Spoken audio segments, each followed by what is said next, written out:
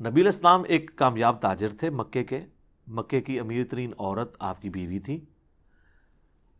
البتہ جب آپ علیہ السلام نے اعلان نبوت کیا تو پھر آپ کے کندھوں کے اوپر ذمہ داری آ گئی دین کے کام کی. تو پھر یہ ہوا کہ آپ کے پاس جو ایسٹ جمع تھے، ظاہر ہے کہ آپ نے کاروبار تو کیا ہوا تھا، تو اسی ایسٹس میں سے آپ علیہ السلام اپنے گزر بسر کرتے رہے.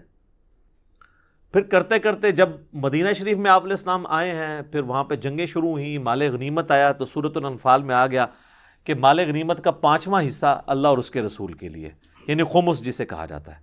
اس سے نبی علیہ السلام اپنے بیوی بچوں اور کی دیکھ بھال کرتے تھے فائنینشلی، اور جو آپ کو مہمان ملنے کے لیے آتے تھے. تو پھر آپ کا سورس آف انکم بیت المال ہی تھا. خلفائے راشدین کا بھی سورس آف انکم بیت المال تھا، لیکن جائیدادیں بنانے کے لیے نہیں، سبسسٹنس لیول کے اوپر. دیکھیں نا، یہ بزرگ غفاری نہیں کہتے ہیں، بخاری مسلم میں حدیث ہے کہ یہ سامنے احد پہاڑ دیکھ رہے ہو، تو حضرت ابو ذر کہتے ہیں میں نے سوچا حضور مجھے کسی کام سے بھیجیں گے، تو میں سوچنا شروع ہو گیا کہ میں اتنی دیر میں واپس آ جاؤں گا. تو آپ فرمایا یہ سونے کے برابر بھی یہ سارا پہاڑ سونے کا ہو تو میں 3 دن نہیں گزرنے دوں گا کہ اللہ کی راہ میں اسے خیرات کر دوں. تو نبی علیہ السلام تو خیبر کے بعد اتنی وسعت آ گئی تھی، اس کے باوجود نان و نفقے کی شکایت بیویوں کی طرف سے رہی، حتیٰ کہ آپ کی وفات ہو گئی.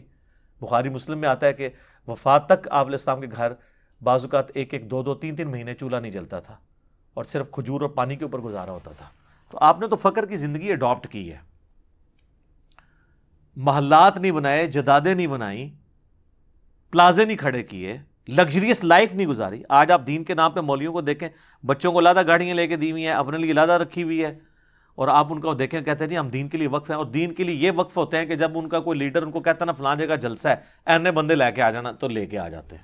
یہ وقف ہے دین کے لیے، باقی کو کام شام ان کا کوئی نہیں ہے. وہ آپ کے سامنے ان کی آؤٹ پٹ آپ کو نظر آ رہی ہے. تو نبی علیہ السلام کا ذریعہ معاش جو ہے وہ بیت المال، خمس یہ تھا. اور میں کہتا ہوں کہ جو بندے دین کے لیے فل ٹائم وقف ہیں، باقی امت کی ذمہ داری ہے کہ ان کی ضروریات کو پورا کریں. لیکن ضروریات بالکل بھی یہ نہ ہو کہ ان کو آپ مطلب وہ فقر والی حدیثیں سنا کے ان کو ماری دیں. یعنی ان کے بچوں کی تعلیم، سارا خرچہ جو ایک عام نارمل ہے وہ تو ہونا چاہیے نا. صحیح بخاری میں آتا ہے کہ حضرت ابوبکر صدیق رضی اللہ تعالیٰ عنہ جب خلیفہ بنائے گئے، تو یہ آپ کو مشکات میں بھی حدیث حکمرانی والے چیپٹر میں مل جائے گی.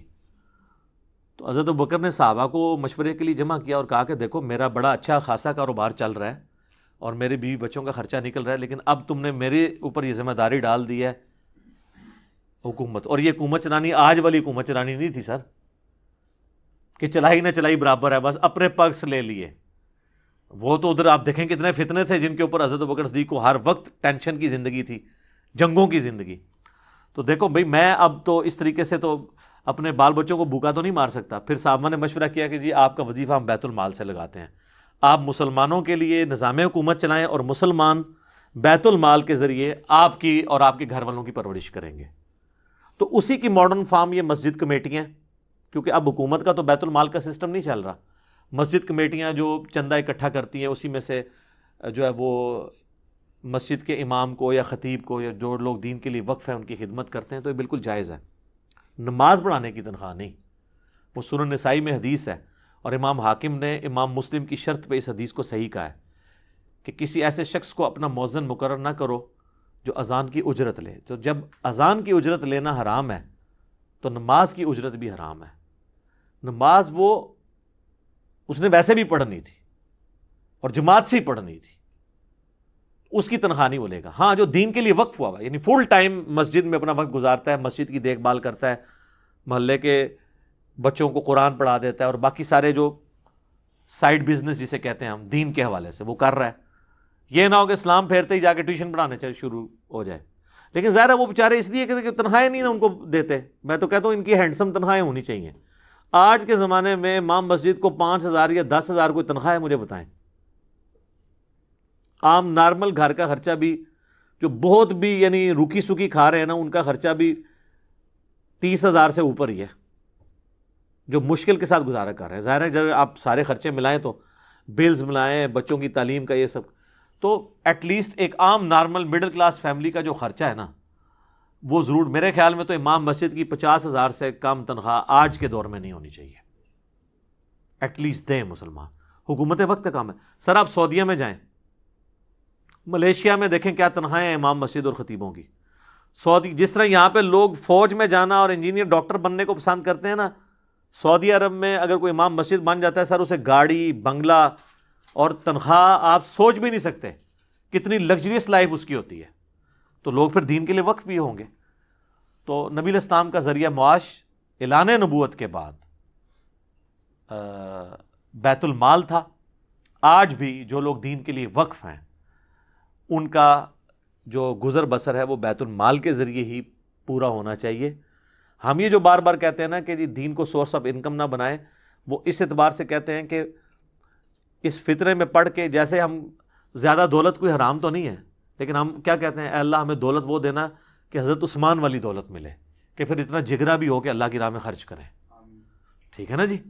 تو اس لیے ہم کہتے ہیں یا تو اگر ہم اس فتنے میں پڑھ رہے ہیں اس آزمائش کے اندر, تو پھر یہ نہ ہو کہ ہم جدادیں بنائیں, پر پھر سبسسٹنس لیول کے اوپر ہی لائف گزاریں.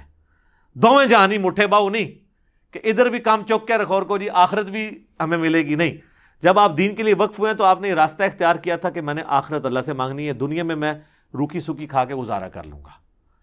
دین سے جدادیں بنانا یہی وہ چیز تھی جو ابو ذر غفاری کا بنو امیہ سے جھگڑا رہتا تھا. ان کو نہیں پتا تھا کہ مطلب بندہ مال جوڑ سکتا ہے کہ نہیں. یعنی آج جو عام بندے کو زکوٰۃ کے مسئلے پتہ ہیں, ابو ذر غفاری کو نہیں پتا تھا کہ بھئی زکوٰۃ اگر کوئی دے دے تو مال جوڑ سکتا ہے. ان کو سب کچھ پتا تھا, لیکن وہ کہتے تھے تم تو نبی کے صحابہ ہو, تم تو امت کے لیے رول ماڈل ہو. رسول اللہ کو بھی یہ باتیں پتہ تھی, آپ نے تو پوری زندگی کبھی زکوٰۃ نہیں دی, حالانکہ آپ کے پاس مال اتنا آتا تھا, لیکن آپ خرچ کر دیتے تھے, سال پورے ہی نہیں ہوتا تھا, زکوٰۃ کی نوبت ہی نہیں آتی تھی. تو تم حضور کا نام لے کر بنگلے, جدادیں, محلات کھڑے کر رہے ہو, تو نسبت تم نے حضور کے ساتھ قائم کی ہوئی ہے. تو ایویں تو نہیں حضور نے کہا, ترمذی میں حدیث ہے کہ اس نیلی چھتری کے نیچے ابو ذر غفاری سے سچا انسان کوئی نہیں ہے. سر وہ ابو ذر غفاری کے اوپر میرا ایک یوٹیوب پہ کلپ آپ ضرور دیکھیے گا, ٹھیک ہے, سیدنا ابو ذر غفاری صادق رضی اللہ تعالیٰ عنہ علیہ السلام.